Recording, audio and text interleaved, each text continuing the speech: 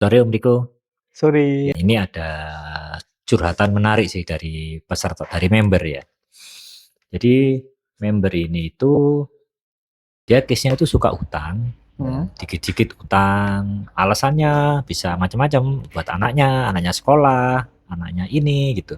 Tapi di sisi lain dia juga suka memberi ke tetangganya, ke anak-anak teman-teman anaknya gitu ya, memberi makan, memberi segala macam ya gitu. Nah, cuman di sisi lain dia itu suka, yaitu kita ngelihatnya itu dia tuh bergantung sama banyak orang, hutang ya, hutang atau minta bantuan lah ya. Nah, dan dia juga cerita ketika dia benar-benar diem, ada aja rezeki. Gitu. Tapi setelah itu mungkin sebulan lagi muncul lagi kebiasaan itu, gitu. Kebiasaan mau ngutang itu. Bahkan kadang kayak merasa tertantang, challenge. Ya, coba aku gini gitu. Coba aku habisin duitku kayak gitu kan. Tiba-tiba habis itu ya larinya hutang atau minta bantuan lah. Nah, dia di sisi lain dia sadar ketika dia diam memang ada aja rezeki gitu. Cukup seperti yang dia butuhin. Nah, gimana kayak gini? Nah, gini. Jadi masalah ini kan termasuk ke hal adiktif kan. Ya, kecanduan ngutang kan. Ya. Jadi bukan ngutang sekali dua kali, tapi adiktif kan. Adiktif. Nah, sesuatu yang adiktif itu bahaya. Apapun aktivitasnya lah. Entah aktivitasnya itu mungkin nonton film porno, kecanduan kan berarti kan sesuatu yang membuat kita menderita kan. Iya. Entah itu berutang, entah itu mungkin apalagi kecanduan Ya, kecanduan ngegame sampai tiap malam ngegame, 24 jam ngegame. Nah, itu kan bikin entah fisik kita maupun mental kita menderita. Jadi setiap tindakan adiktif pasti membuat kita menderita. Nah, jadi kita perlu mencari tahu kenapa kok kita bisa ketagihan hal tersebut. Nah, kalau di sini contoh kasusnya kan adalah hutang. Kenapa kok orang bisa sampai berhutang? Itu dulu. Kenapa orang bisa sampai berhutang? Karena dia dalam kondisi tidak ada uang. Bener kan? Kalau dia ada uang nggak mungkin dong berhutang. Kecuali untuk modal usaha kan, memperbanyak modal usaha biar expand lah usahanya. Beda ini utang bisnis. Beda kan? Utang bisnis dengan utang keperluan. Jadi ketika misal seorang pria atau wanita kemudian dia merasa kondisinya sekarang lagi nggak punya uang nih, kemudian dia merasa kekurangan, dan kemudian yang kedua adalah muncul rasa ketidakpercayaan kalau besok bisa ada uang atau enggak, atau kalau nanti sore dia bisa dapat uang atau enggak. Nah, karena dia nggak percaya, otomatis dia berusaha cari uang, ngutang, ya kan? Iya. Yang pertama dia merasa kekurangan, yang kedua dia merasa tidak percaya dengan dirinya sendiri. Selain itu dia juga tidak percaya dengan mekanisme semesta. Nah itu. Iya kan? Iya. Otomatis kebanyakan beralasan, masa aku menengahi nggak cari solusi. Nah, ketika dia merasa kekurangan dan dia tidak percaya, kemudian dia akan berusaha mencari utang. Ya kan? Dipikirnya solusinya ya utang itu ya? Dipikirnya solusinya utang. Oke. Nah, ketika dia berutang, berarti dia semakin menegaskan atau dia membenarkan identitasnya yang kekurangan. Benar atau enggak? Iya. Misal Om Joko merasa kekurangan nih, kemudian muncul dorongan adiktif untuk ngutang. Ketika Om Joko nurutin dorongan adiktifnya, kemudian ngutang, berarti secara tanpa sadar atau secara tanpa sengaja Om Joko membenarkan kalau dirinya Om Joko itu kekurangan beneran. Identitasnya semakin kaku atau semakin keras kan? Iya. Nah, artinya ketika sampean berutang dan itu menuruti irama adiktif dari pikiran, semakin sampean mengabadikan identitas kekurangannya sampean. Sekali, dua kali, maka identitasnya semakin abadi. Kalau seminggu dia utang 3 kali, ya udah buyar pasti. Iya. Pasti buyar. Nah, sekarang tantangannya, kalau kalian tahu kalau aktivitas ngutang itu udah jadi adiktif, ya tantangannya ya kalian harus berhenti ngutang, apapun yang terjadi. Karena dengan kalian berutang, maka semakin mengeraslah identitasnya yang kekurangan. Dan semakin kalian berutang, kalian akan semakin kekurangan. Nah, semakin delosor gitulah. Iya. Nah, ketika adiktif itu kan berarti tekanan dia untuk berhutang kan keras banget itu. kayak nggak bisa mikir lagi apa yang perlu dilakukan. Nah, karena dia ketakutan. Bukan berarti sumbernya ketakutan. Sumbernya ketakutan kalau besok dia nggak punya uang untuk makan atau untuk apa, mungkin untuk bayar sekolah SPP atau untuk apapun lah keperluan dia.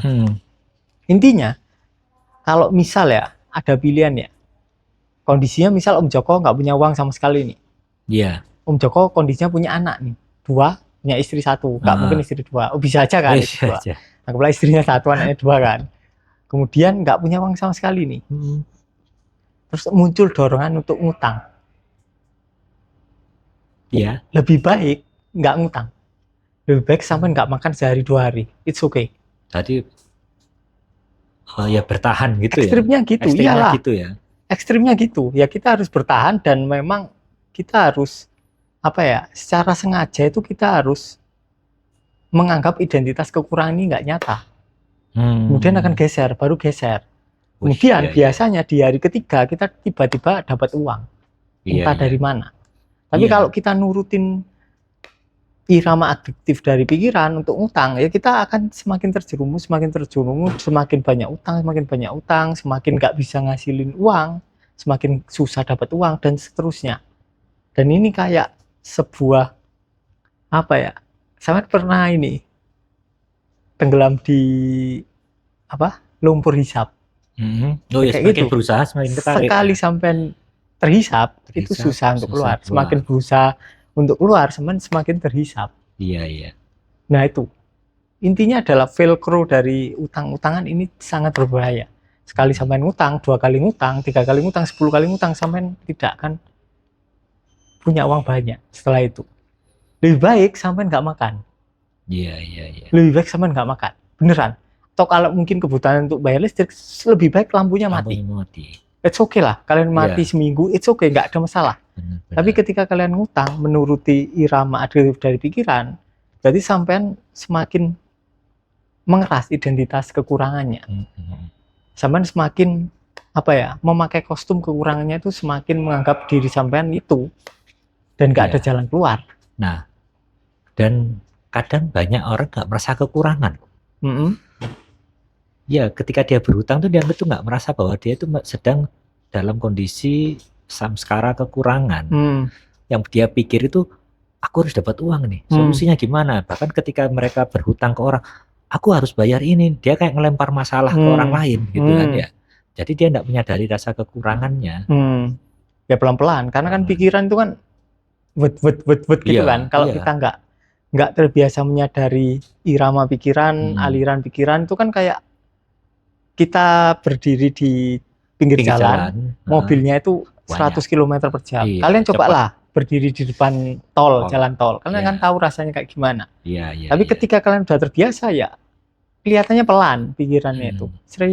Jadi kayak slow motion. Kemudian kita lebih bisa sadar terhadap pemikiran 1, kemudian digantikan pemikiran 2, dan di antara pikiran kan ada jeda. Pada dasarnya jedanya adalah background dari pemikiran. Ruang yang bebas dari pemikiran. Jadi itu latihannya, ya kita harus menyadari gerakan pemikiran kita sendiri. Jadi alangkah baiknya, lebih baik kalian nggak makan. Misalnya, kalau memang kalian ngutang itu memang alasannya karena anakku nanti nggak bisa makan atau aku nggak bisa makan, ya puasa. It's okay lah.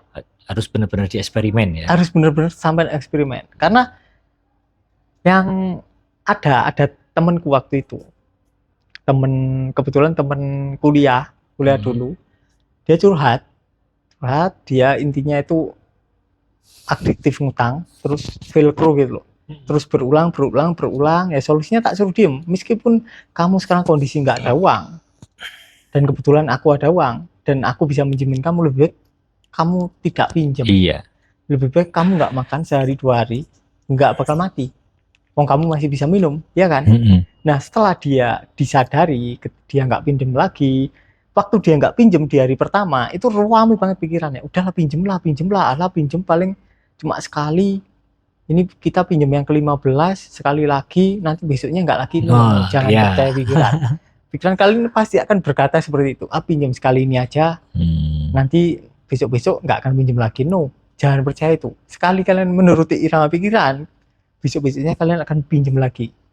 Jadi ketika dia diem saja di kosannya, menyadari rasa laparnya, terus disadari apapun lah, nggak lama tiba-tiba dia dapat rezeki dan sekarang jadi itu apa nama juragan besi tua.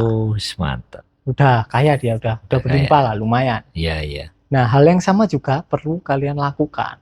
Karena alasan orang berhutang, menggantungkan hidupnya ke orang lain itu banyak alasannya.